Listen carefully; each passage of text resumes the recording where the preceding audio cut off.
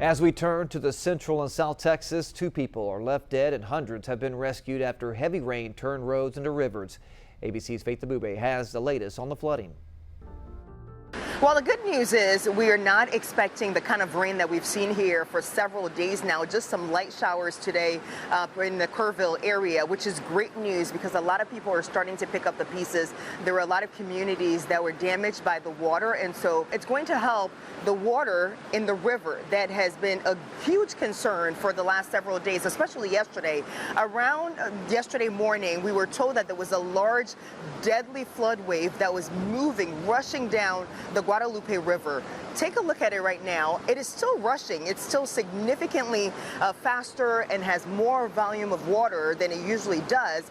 But if you look around all the areas where there are trees leaning in the distance, all those areas had a lot of water. They were covered yesterday when we arrived here. So clearly signs that the water is starting to recede here, which is great news as we're heading into the weekend, as the cleanup also begins. And the weather is going to cooperate this weekend. It's expected to be dry.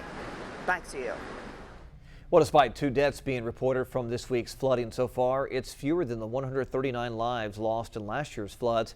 Kerrville's mayor says that that's largely because people received more warnings and took them seriously.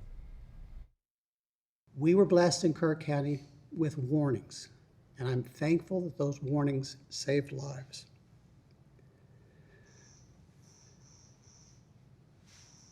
Having to be in front of you again so soon after last year's flood is hard. As floodwaters start to recede in Kerr County, people are starting to pick up rubble and rebuild their lives just a year ago, removed from having to go through that same process.